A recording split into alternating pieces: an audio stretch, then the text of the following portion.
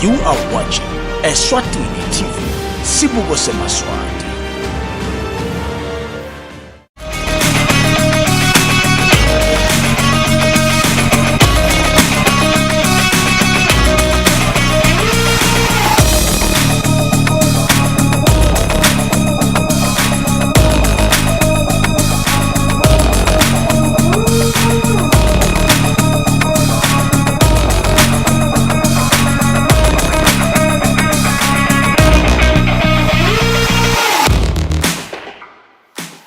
Right place, right time. Hello and welcome to this edition of Temidlalo. The last Monday of the month of November, the year is 2020. We'll look at different activities that took place over the weekend, as we also interpret on what is to take place this coming weekend. However, it is going to be a very, very entertaining program where we look at some of the things that include this past weekend. The Eswatini Pool Association was having their last games for the first round, so meaning that we'll be also getting to know when is the second round will be kicking off, and how the meetings within clubs and then the management committee, everything that has to do with the association currently, what's happening. We have a special guest himself, the president of the association, Muntu Dlamini, will be in the studio to tell us about so far since they resumed activities under COVID, how far have they gone and how is the level of competition in terms of clubs and athletes at large. Otherwise, the Sitegires, who was Sitegires, which was done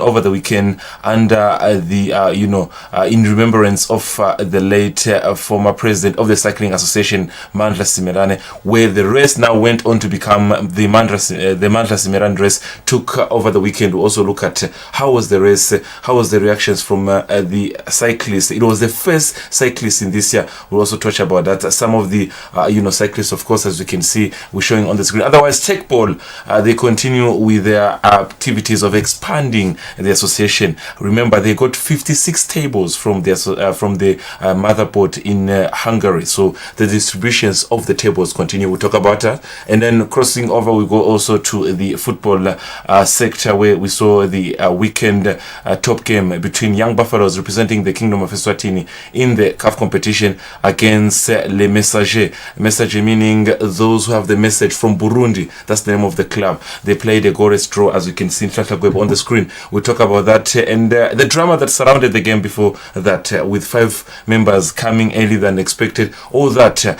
will also be reminded that it's going to be the second leg soon. Otherwise, the other 20 national team have already left for PE. When you mention Port Elizabeth and you mention Kosafa these days, I in many people's ears. So we don't know what's going to happen this time around with other under 20s. Otherwise, those are the pictures as they were being a bit farewell earlier on at Technical Center. We'll touch on that. Member of the squad who left. What is the message for the under 20? Remember, Sihlangu couldn't do well with their game. Sitsebe couldn't do well. Under 17, they couldn't do well. So who is next and now in terms of representing where the country this time around? All that is going to be here on Eswatini TV. Don't go anywhere. I'll be joined by the in-house analyst and Dlamini later on. For those who are joining us on different platforms, it could be YouTube. Do not hesitate to subscribe. It's your show. You've got all the time. I'm already in the company of Muntu Dlamini, president we Pool Association, Pool Association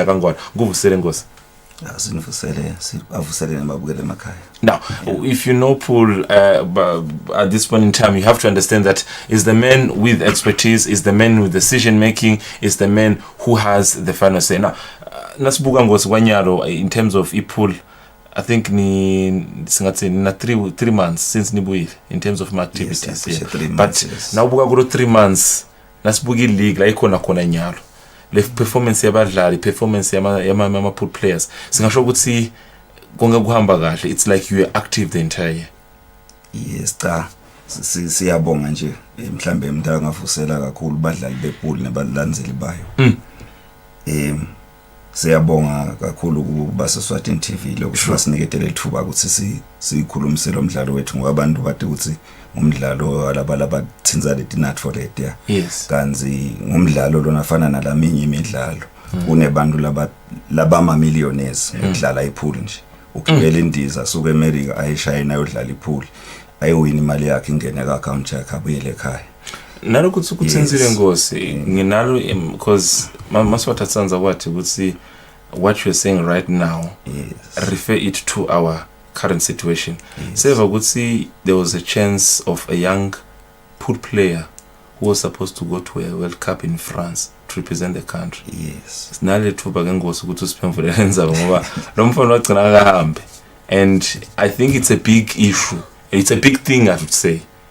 But mhlawumbe umuntu angathibuta ukuthi we don't have clubs, we don't have teams that normally attend World Cups. Lo mfana benethuba ukuthi asimelele in France for the World Cup in pool. But ngathi wagcina akahambe. Kukwendeke mhlawumbe quickly ungasichazela. Yeah, kwendeka lokho kwaba buhlungu. Ngeja ke ngicabanga ukuthi njenyalo njengoba sila ngeke basakha kodwa ukuthi kungaphindzi kwendeke. Sibambisene nabo bonke ama stakeholders ukuthi kungaphindzi kwendeke, and siyajabula lokuthi we are fully recognized as an association ka Sports Council. Sicabanga ukuthi going forward ngeke kuphindze kwendeke lokho silungisa lokho nje, and sitamane ukuthi bonke abadlali bethu noma nambe baya kuphi bafike badlale kulelo zinga lelifanele, and njengoba ukwawaveta ukuthi sesidlale kanjani kuze kube nginyalo ileague yethu ithatha sigaba icetha sigaba sekucala i-first round, but le competition le khona nyalo ungathi kuphela le second round le break le yabangwa i-COVID yenda ukuthi labadlali bephula bayilambele kakhulu lento yabo. Nalokuthi ke kulamanye emave including South Africa sebashiye kakhulu bona lokuthi kunengilelele base bakudla even in terms of prize money.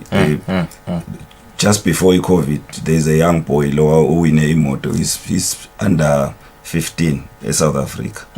So labadla we have the talent laba qualifier ko lokuthi banga compete at that level, but ngekuthi lama structures ethu abengekho kahle bingobe kwenda ukuthi singakhona ukuba expose labadlali bethu, but inyalo ngoba naku sesi recognized namanzini region nango uyambona ubusy unkhona sadaya second round na hoho uyalungisa njengoba i-National Association beba invite bonke invite onke lama regions ukuthi asala affiliate.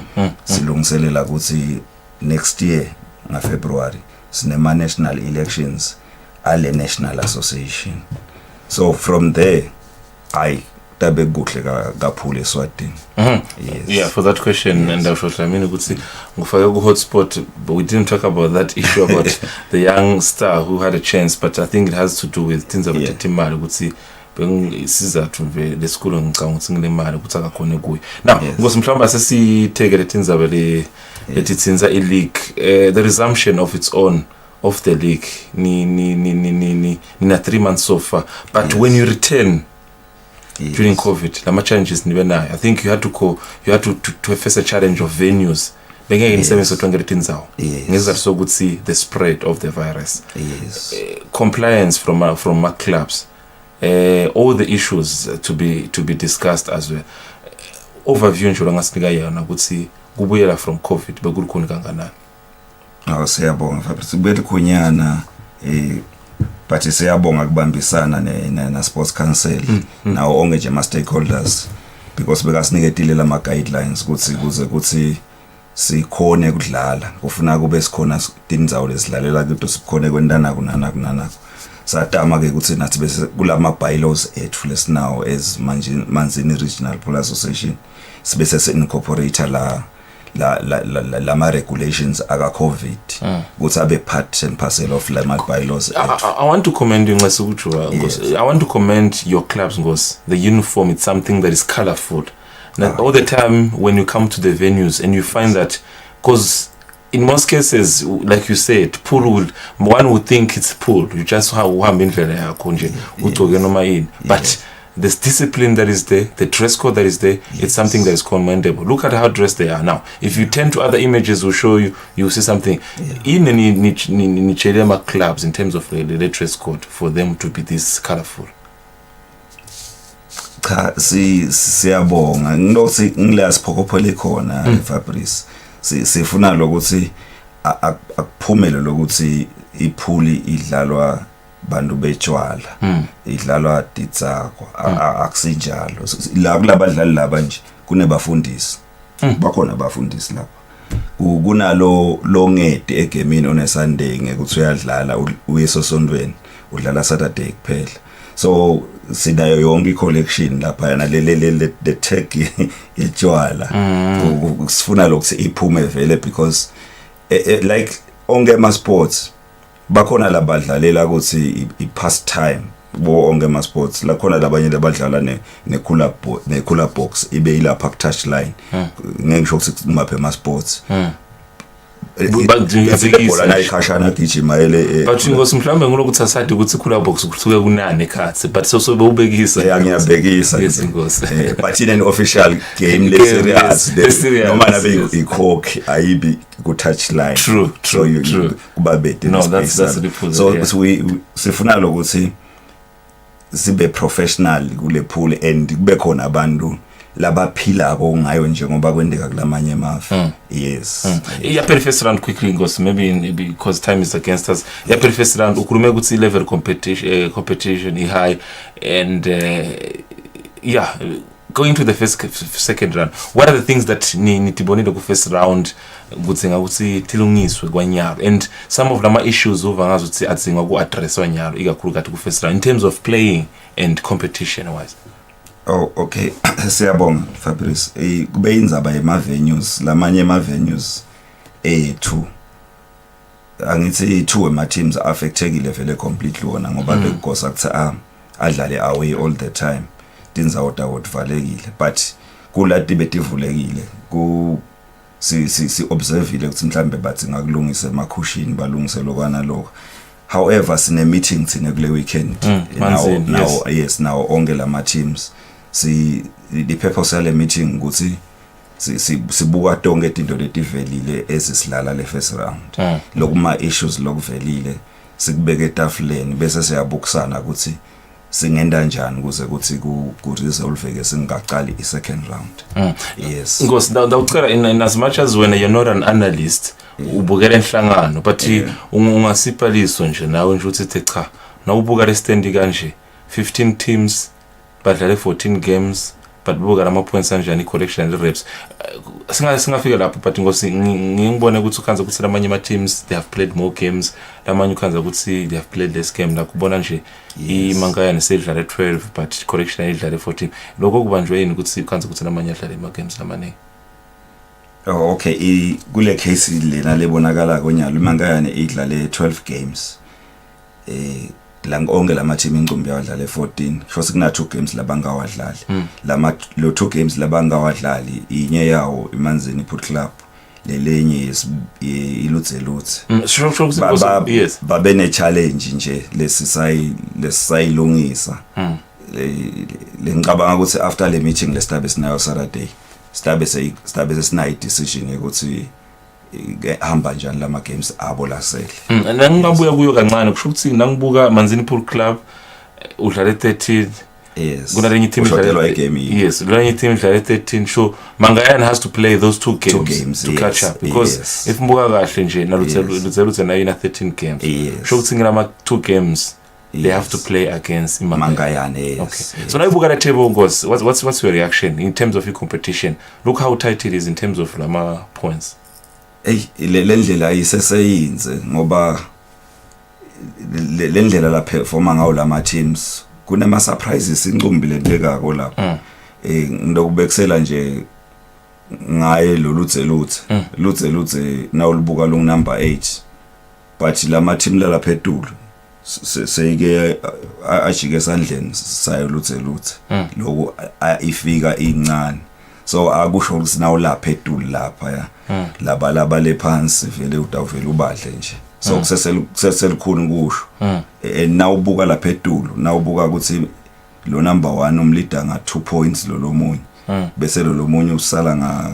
6 points kanzi na uwine kahle igame yakho uthola 4 points wonke so kumelula ukuthi usheshe uye phambili now iphelile first round goes I think the next question is now sesingena ku December siyathi ukuthi bese kubona le team ukhanza ukuthi ma association athatha curve nje bapenzi babuye maybe kulomnyaka lothaka kume kanjalo yini kaphula yes nathi kaphule kanjalo geja lesikwendako ke thina as part of le package yethu lasiniketa yona Dixis la khathi sahlephula imali leside sayibekela i-tournament lo mnyaka sitawuphetha ngale tournament i-knockout tournament for the teams la dlala Shorty first round iphela nge-weekend before you start the second round you'd have a mini tournament. Yes, a knockout tournament for all the teams la dlala kuleli knockout tournament. Yes. So then when do we start the second round?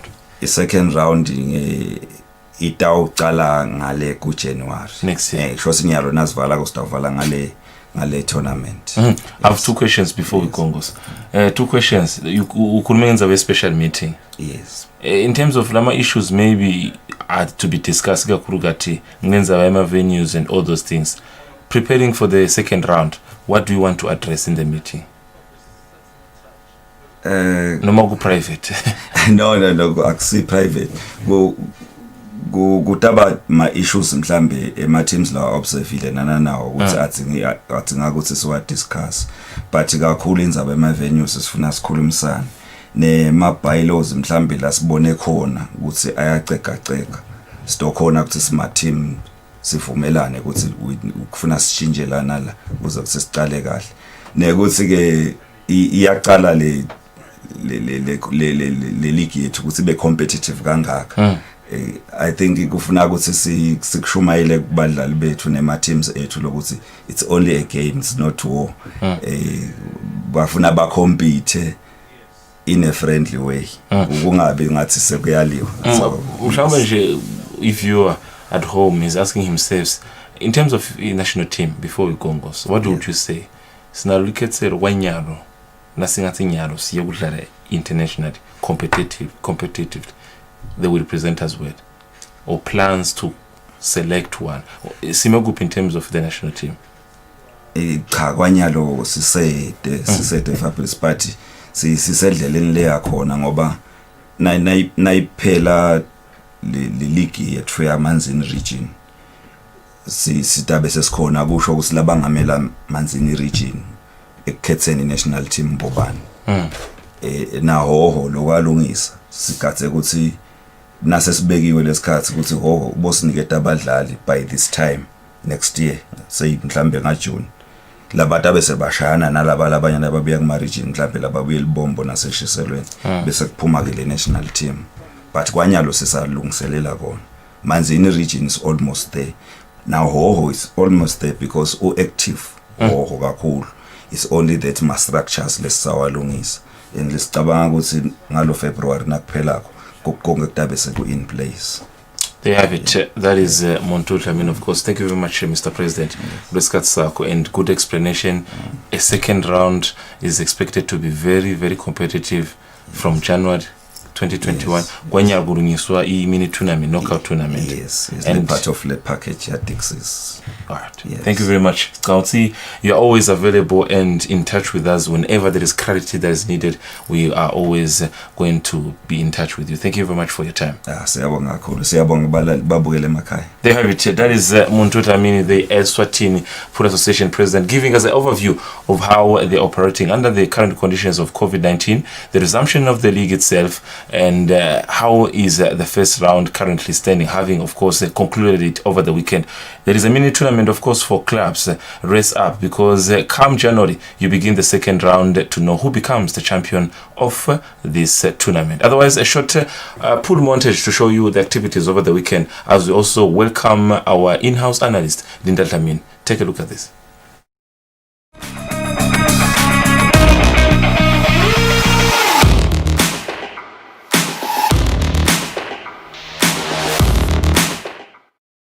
The more fun, the merrier.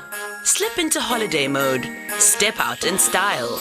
Lady sandals, just $59.99. Why pay more this Christmas? It's your time to shine. Get more in store this festive. Life's better with Pep.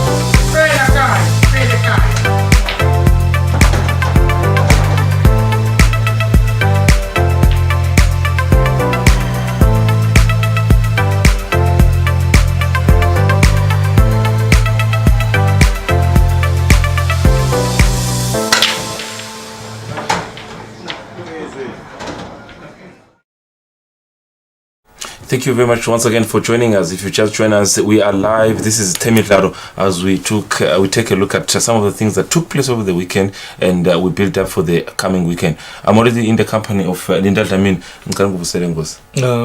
Ngiyabonga Fabrice, ngiyabonga kumukela la studio.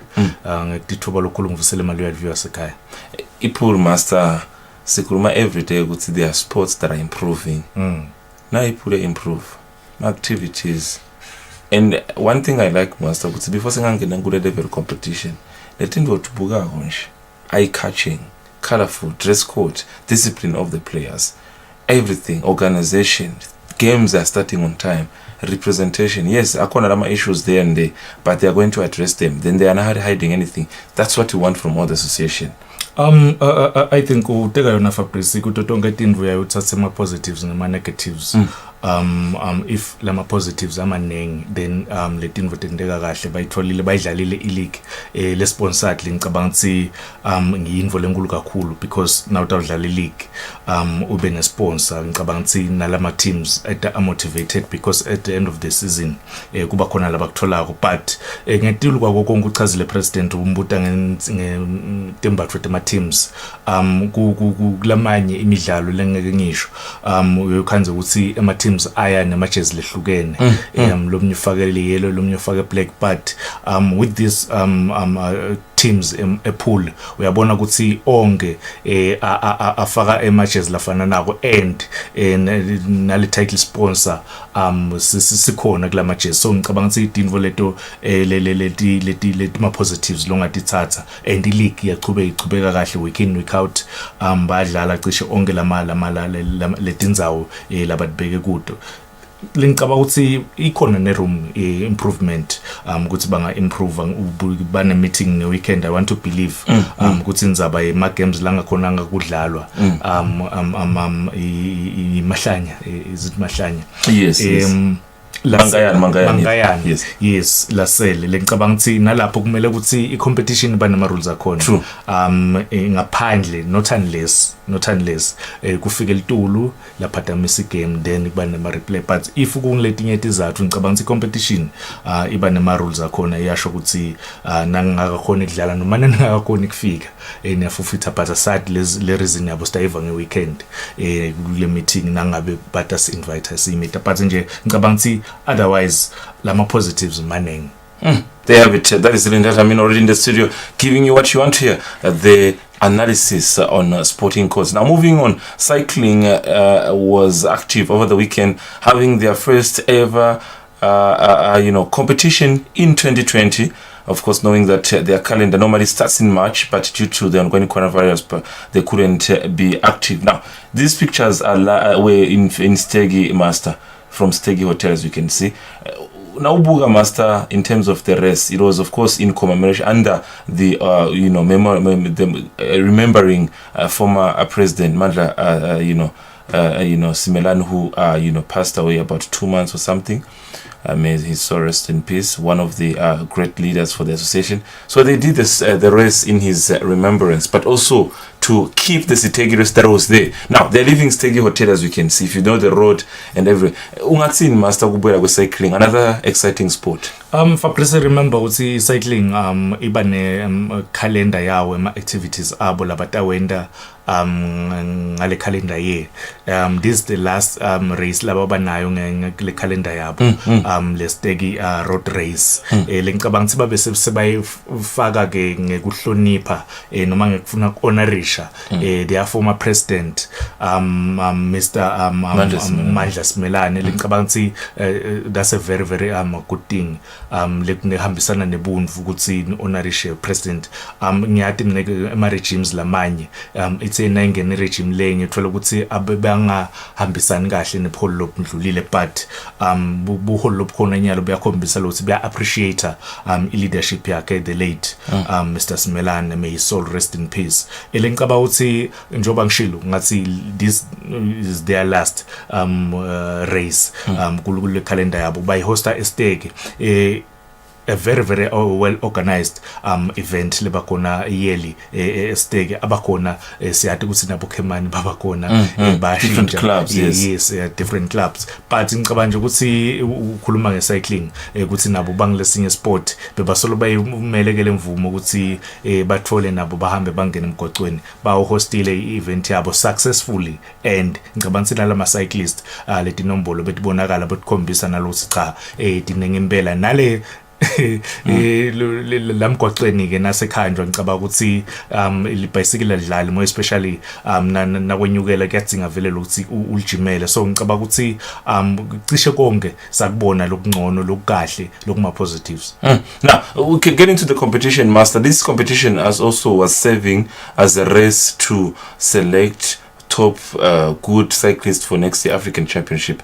To a surprise, we didn't get to see much of the normal or well-known, Moses Shabang. We're not saying that the winner is not well. The winner is very well known. You tell us about the winner, of course, Mr. Rudu. Tell us about his details. I know you've done a bit of information, and then you look at also the level of competition. He's playing for a good club, yes, Mr. Morgan Root for Forever Cycling Club. But you also have to look at where we're heading now. Muzi is also another top cyclist. Would you say maybe, Master, this time around break, some are still behind in terms of preparations, or this race maybe, they needed a road to it, like the way we saw athletics build up to the main race. They needed maybe a race. That mini competition because this is a main competition now. Uvanje kutsi vele ema winners ataya kuma international games, so ngicabanga ukuthi Master bajike bese baphinze bajike ngicabanga ukuthi bebayidzinga leyo race lencane le taba mhlambe bo 30 40 50 kilometers kube practice match prior kule tournament le ngicabanga ukuthi some of them vele abe affected kakhulu lama cyclists because nge break laba benayo, but ngicabanga ukuthi the winners bende kahle bakhombisile nabo experience yabo, because ngicabanga ukuthi experience idlala inzima lenkulu kakhulu. Morgan Root, of course, was the man to win the longest race. No, they were divided in three. There was 120, there was 60, and then there was also the remaining 30, and then there was a small one for the kids, including the kids. Yes, Morgan Road, kuma males. Yes. Win yona le 115 kilometers. Yes. Kwase kuthi kuma females. Yena Dennis ukwafika ke la. Dennis Welsh, yes, la studio kanenge. Ngicabanga ukuthi njoba ngishilo ukuthi experience idlala inzima lenkulu siyabati ukuthi kulamanye ama competition ba dominate kanganani bese kuthi ke ku 60k Thembi Nkosi kule uwinile kuma males kwase kuthi Shelly Mota wawina kuma females le 60 kilometers lencabanga nalapho njoba ngisho 60 kilometers akusiyo lenze kanganani, but uyabona ukuthi lama cyclists asengabuyi kahle esimeni. Now, having now been attending the first competition in 2020, this first cycling event, of course, was to see how can they comply with COVID-19, what they can do in their upcoming competition next year. Now, in these interviews, we'll be having the winners, the likes of Morgan Root, Dennis Wilshire will be included, the president himself, Sihlang Mhlabatsi, will be in the interviews, and also other reactions from the events, participants. Listen to them. Stakeholders for pushing up this race. Ngicabanga ukuthi lapha nje angasi lapha nje akhona umngoni. He must be smiling. Ngicabanga ukuthi nje cycling bese edudane nenhlitiyo yakhe. So I think this day fits well in his honor. Ngicabanga ukuthi nakuhamba kahle njalo ngeminyaka we should keep his spirit nje alive ka cycling. Mina ke thuthi inzaba lemgcoka sine usikhulisile besisembili kunaye kepha nje nasifika la kule sporting sithokothe kakhulu kuba nasimelane angipresident umuntu lo nebuntu akubone lekhathi enhlitiyweni ukuthi uyayithanza lento bese uyakukhuthata. Ngiyanivusela malangeni lamahle namhla silapha estake sitohlisa emafutha kuba besimelane right Ngicabanga ukuthi mina ekhambe kahle kakhulu and I'm happy nge-achievement yami namuhla ukuthi ngibe number 1 and laba ngilandzelako solo baseta. I-training yami ihambe kahle ngibonga coach wethu Mbusi Motha kaNewcom usithethe throughout le program kuta kule race lena. I think nje sisebenze kahle kakhulu and nje ngiyabonga nalokuthi sibe ne break but uyabona ukuthi bamfu baningi kwani nokuhambe kahle and I feel super fit. Yeah. The turnout today was really very heartwarming actually. As Mandla Simelane's daughter, I am very humbled, very grateful, very appreciative to the cycling fraternity, grateful to the Cycling Association as well for renaming the Stegi Road Classic to the Mandla Simelane Road Classic. My father was a very, very dedicated member of ECA, the first president actually who really did so much to build up this the sport in the country. So it's very humbling and heartwarming to see all the cyclists who turned up today. There were about 150 cyclists who participated in the 115-kilometer race, the 60-kilometer race, the 30-kilometer race, as well as the 5-kilometer race for the children. My son here, actually Mkulu's grandson, also participated. So I know my father is smiling down from heaven where he is. And we are just truly humbled and grateful to everyone who participated. Well, they're quicker than last time. How was the race, Dennis? It was tough, eh? Lots of wind. And obviously being the only female, there's nobody to really pull me, but I had a nice person help me, but it was tough. Yeah, lots of crosswind, so a difficult race. But good to be here at the finish. Yeah. Mandla Simelane, may he rest in peace. Yeah, it's sad news. Unfortunately, life is like that. We went, thanks Arsingo. He was with us at Commonwealth as our coach. He taught us a lot, and I hope that that he carries on. I think he left a lot with Kaz, and I'm sure that we will learn a lot and follow in his footsteps. It was very, very tough. The route is tough on its own, and then the wind. And then to have a puncture and change my tyre and still come back and win. Awesome teamwork. My fellow colleague Kelly worked very hard to bring me back.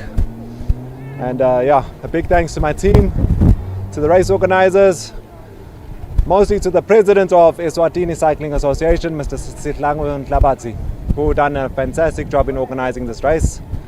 And to my fellow cyclists, well done and congratulations to all. I think this is a good way to honor the late president, Mr. Mandla Simelane, and this one is dedicated to him and for all that he's done for our lovely sport. Beautiful and good, of course, reactions from those who were very close to Mr. Mandla Simelane. Those are the reactions, what they had to say about the race, and went on to talk about what they feel about the race. To talk about former DPM Paul Dlamini also expressed how he knew Mr. Simelane. Talk about the daughter, Ngobile Simelane, of course, being in the interview to express, goes to the winners, Morgan Root and Dennis Wish. Master Batka's very good. He was a man of many talents, especially having a passion for cycling. And they also went on to talk about how the race was. Oh yes, ngicabanga ukuthi sabakhulumile bachazile ngaye Mr. Mandla Simelane. Siyamkhumbula futhi ahamba naye ama cyclist ayakhona kuma Olympics. Le ngicabanga ukuthi experience yakhe beyiningi kakhulu, and weva nebamvu laba bedutane naye. And ama-Mercedes Fabrice, I'm very, very happy Cycling Association ukuthi im-honorishe. Not so many sports laba kwendako lokho. I would love ukuthi ngibone Victor Gametse award or tournament leta honorisha ngala Poland, because Emma Heroes ngala ka cycling bakwendile former president bakwendile is doing very, very well.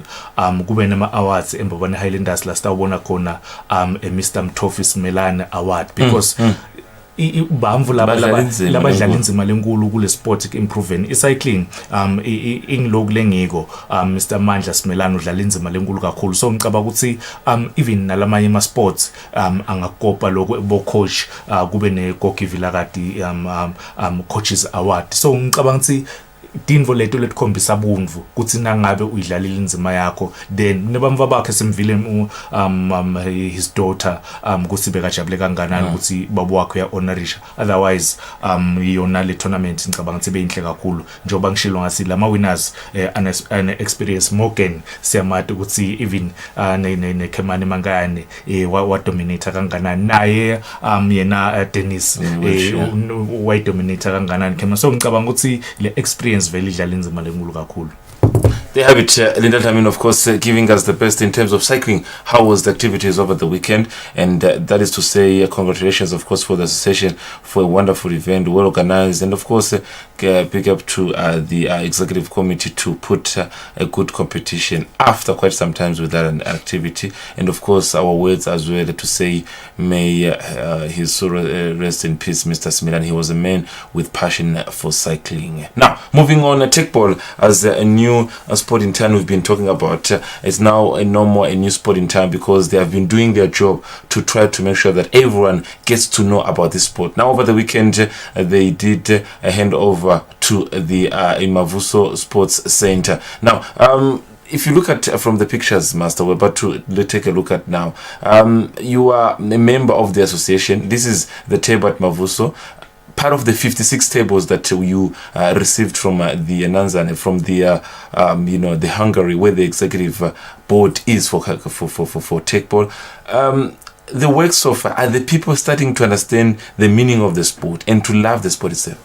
Ngicabanga le lithandvo lale sport Fabrice le table lele amas first ngikhulume ngalo the table siyathi ukuthi ehlukahlukene kanengi so le tafula leli ngileli khonako ukuthi ligoceke lesilungu Fabrice alfanani nale tech 1 because le tech 1 ihlukile yona ngile competition but ke i tech ball ihambile yamixa i tech light litafula lelidlala le tech ball emavuso because siyathi ukuthi imavuso sports center kudlala ema sports lamanengi so lokuthi abantu babe ne access yakhumbula ukuthi kamanzini likhona lapha kamasipala but nangala emavuso bekudzingekile lokuthi libe khona lelitafula because labanengi uthathola ukuthi umuntu ubuya ko gymela insimbi lapha etulu so yehla ukuthi no asengifune ukudlala litafula ngilula ubuya kodlala ibhola ko gym ibhola ngale sekwendiwe ama exercises la tafuleni so ngicabanga ukuthi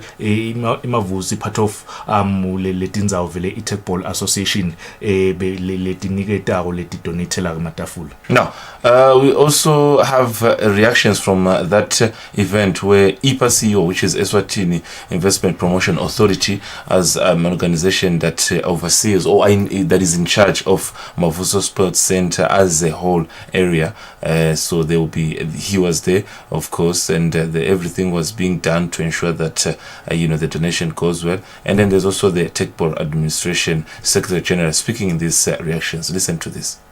We're excited as IPA to partner with the Tekball Association in terms of receiving the donation of tables and assisting in promoting the sport in the kingdom. We think it's a great opportunity to get young people involved and active in this day and age of social media. So we're really hopeful that the sport will grow and people will come to the Mavuso facility and make use of the Tekball equipment as well as other equipment we have. So you have a first-hand experience of the sport. What do you think about it? It's not as easy as it looks. It stretched me. I'm sweating. I'm tired, but it's an exciting sport to do. You just need to be prepared and ready to have some pain and gain. But it's really, it looks easy when other people are playing it, but it is definitely not easy. And I think, if people get involved in sports like this, it's really good about exercising and stretching the whole body and getting people active. Namhla si-Tekball Eswatini Federation besitekto handover ematafula lamabili lapha eMavuso Sports Center. Sendela ukuthi nanoma ngangibani la vele lo sekuvute nje namavuso akhona naye kuyizama i-Tekball makudane naye kungadzingi ukuthi aye khashana avele etela amavuso atanhlala.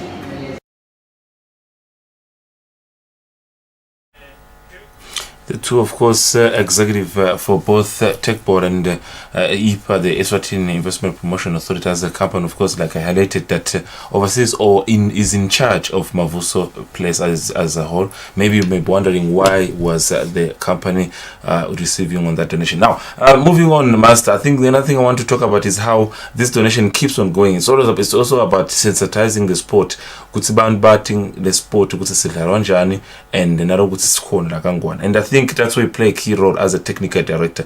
Another donation was given to Little Kickers as an academy that a football academy that we know that is based in Babane, where I think you also have a hand as an executive member. So I think you have a hand in everywhere. So Master, if we have academies, but nabakura batugutse sayikona Tech Board.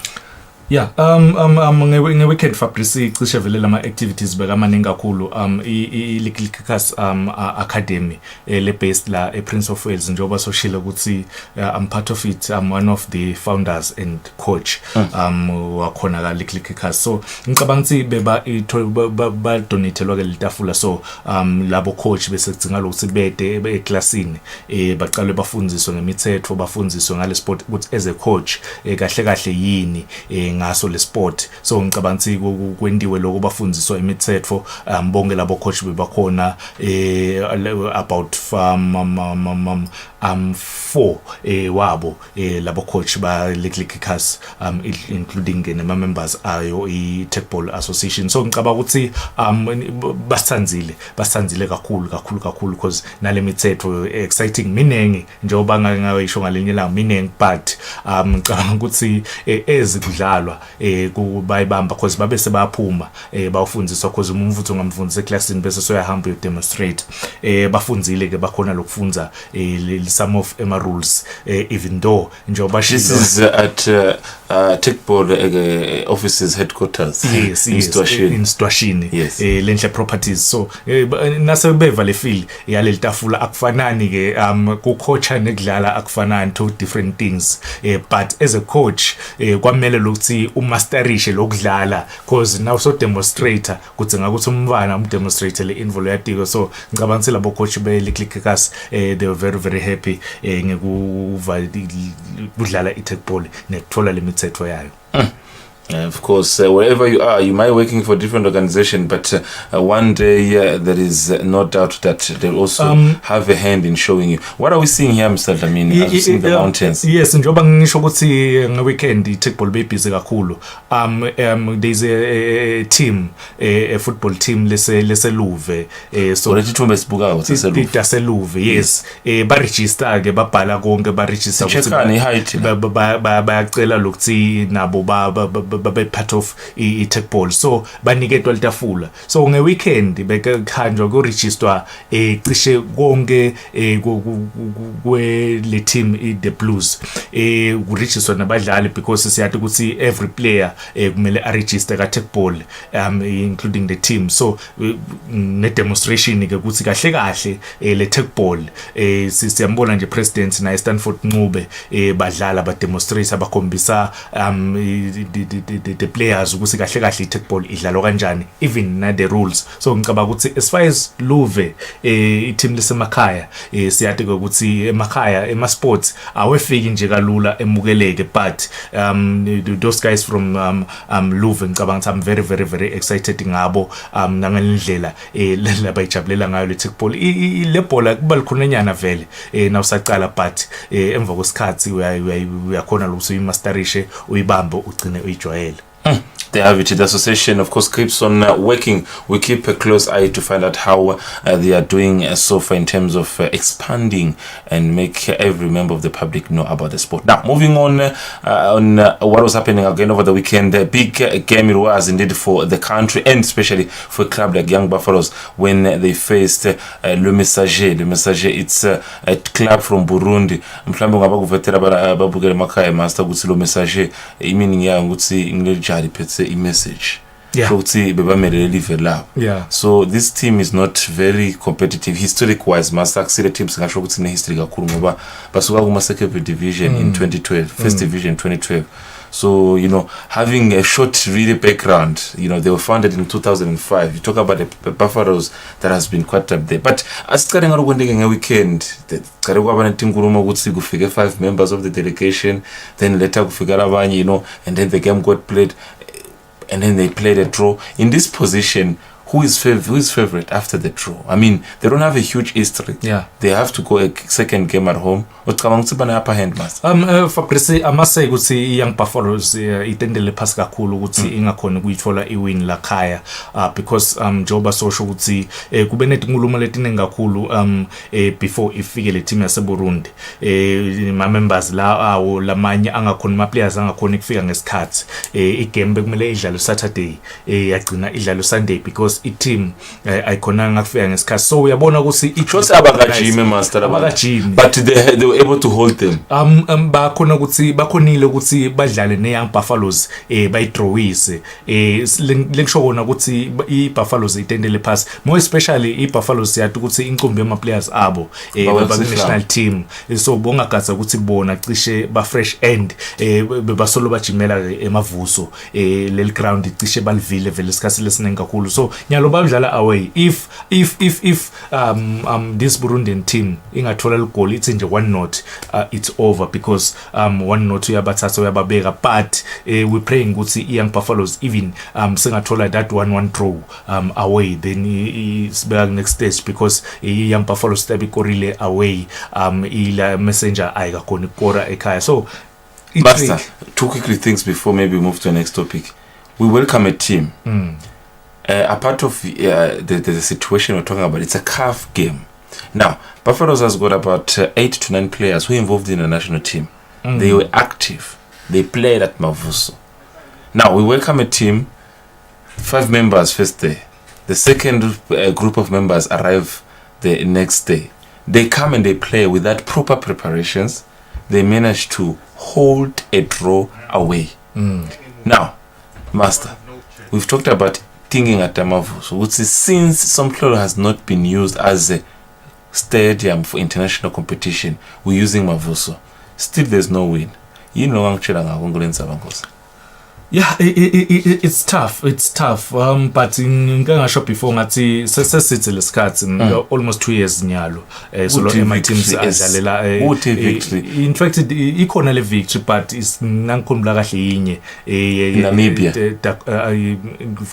club level Agosto inadlala number 1 solos that one not win. So in 2 years. In 2 years. The only other thing that happened maybe was a friendly game.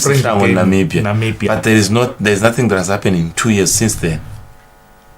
So uyabona ukuthi vele ngicabanga lo Mavuso ukuthi sikudinga ukuthi simjwayele yes Somhlolo utawubuya next year kudlalwe lokuye but even nalo Mavuso because nase siya ngaphandle sikhanza the natural grass akusilo artificial simjwayele vele incumbi yoma players ethu adlale kakhulu ema games lamaningi kakhulu kwaSomhlolo so ngicabanga ukuthi nasiya ngaphandle sivamisa ukuba nenkinga nale natural grass sisaba nenkinga ngoba I'm telling you these guys use a stadium of about 5,000 something capacity. Man, the fans are not allowed in the capital city of Burundi, which is Bujumbura. Yes. Their stadium is the turf like Somhlolo. It's the artificial turf. So the problem is already there. We use the artificial turf. Now they have been playing on a natural grass, but now they'll use the artificial turf. I want to believe ukuthi after a game because ivele siyathi ukuthi bona badlalela artificial turf I want to believe ukuthi young Buffaloes nyalo sayitawuhamba yocela ku sports council ku Minister of Sport kuhamba kuyojimela kaSomhlolo ipreparation le game because nyalo bayodlala artificial turf eBurundi so ngicabanga ukuthi tonke letinvo leto ukuthi noma abacampaign hlangana yes even nasenhlangano bangakhempela khona because il ground liyasebenza khona nalapho kuvumelekile so ngicabanga ukuthi tonke letinvo leto now wenda ema preparations uyawati ema opponents wathi ukuthi badlala kuphi badlalela kuphi badlali babo bakanjani so ngicabanga ukuthi tonke letinvo leto ba preparation because yona nje ila messenger yahamba yajimela before late game le yahamba yajimela ku natural grass before bagibele indiza betela bebangashimile artificial now batawujika sebabuyele ekhaya batawujumela artificial. So ngicabanga ukuthi idinvo lethu lekudzinga ukuthi ema teams ethu nakadlala Africa atati le proper research lesihlale sikhuluma ngayo iyadzinga lokwendeka. They have it, and of course the game that was played at Mavuso Sports Center that ended on not draw, as you can understand. Now the guys have a lot to do in the second leg. 1-1 is an option for Buffaloes to progress to the next stage. Anything that is a draw above 0-0 puts the Buffaloes in a good position. 0-0 means both teams now will go into penalties. 2-1 away, if then we are to win, that's a good thing. So anything that is a draw above 0-0, it puts Buffaloes in advantage. Now, members of the public, Maswati might have noticed that there was a game that was being actually, what should I use, streamed or broadcasted on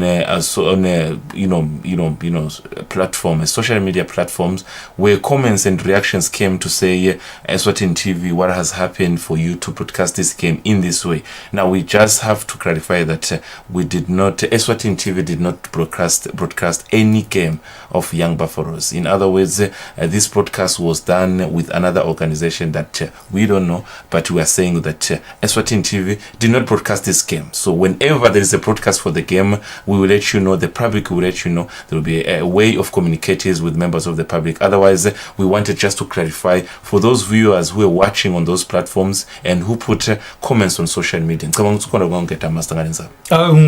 icedzile Fabrice, ngicabanga vele lama questions abe maningi nami nje WhatsApp wami ngamthola vele ma message abuda ukuthi guys, what's happening, but I'm social ukuthi bekungasiyo Eswatini TV bekungile nje organization di streamela yona live ngala ku Facebook. So ngicabanga ukuthi uyibekile Swaz TV akekho lapho. So these visuals you are watching, it was from our camera team that went to take pictures for you to see what was happening. Otherwise, we did not broadcast or stream or put on air any football game. This is what we have to clarify. Now, before we leave, under 20 national team master Bahambile Base PE Port Elizabeth. Guna mara game master. Na ukuluma ngeko safa ish.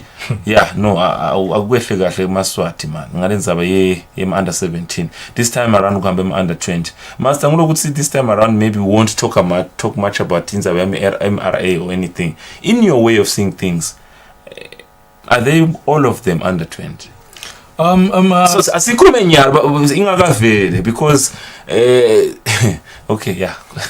Angathi because Fabrice ngine history ethi mangikhuluma something bese sekendeka indzaba ye ama under 17 MR ngayikhuluma kungilesine ngalesihlanu kwaphuma report. Awuvethe something nje ngingasho before ngathi I'm a very patriotic Swazi.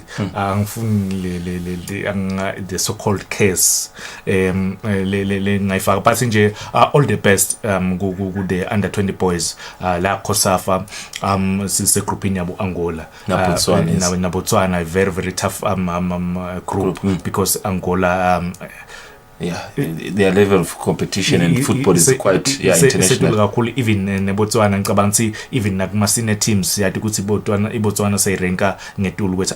But I must say I'm very very impressed ngemhlamba nyathi community team lefike kuma playoffs final nabadlala na Manchester City, one of my players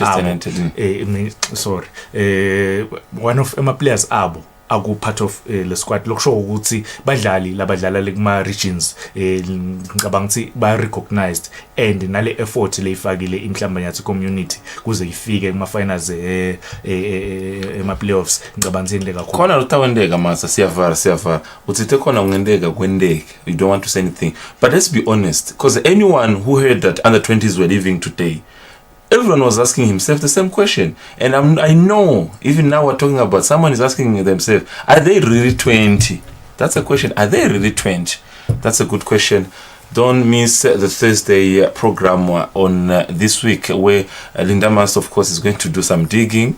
He'll be in the company of my colleague Patricia Msibi to give you an overview of what's happening with the under 20. If they are really 20, let's this time around not lie to people that we send a team that is qualified to be there. Otherwise, talk about this group. They're in group against with the same group with Angola and Botswana. Their first game is on the 4th of December. It should be on Saturday. The tournament begins on Friday the 3rd. It ends on the 13th of December this year. They have already left for PA. All the best for the boys. Master Sivalelisa, what can you tell the viewers? Kuvalelisa nje Fabrice sibonga kakhulu Al Ahly iwinile Champions League 2-1. Pitso Msimani wase South Africa is now the only South African coach winner i Champions League twice with different teams. In fact, he's the only South African coach winner i Champions League.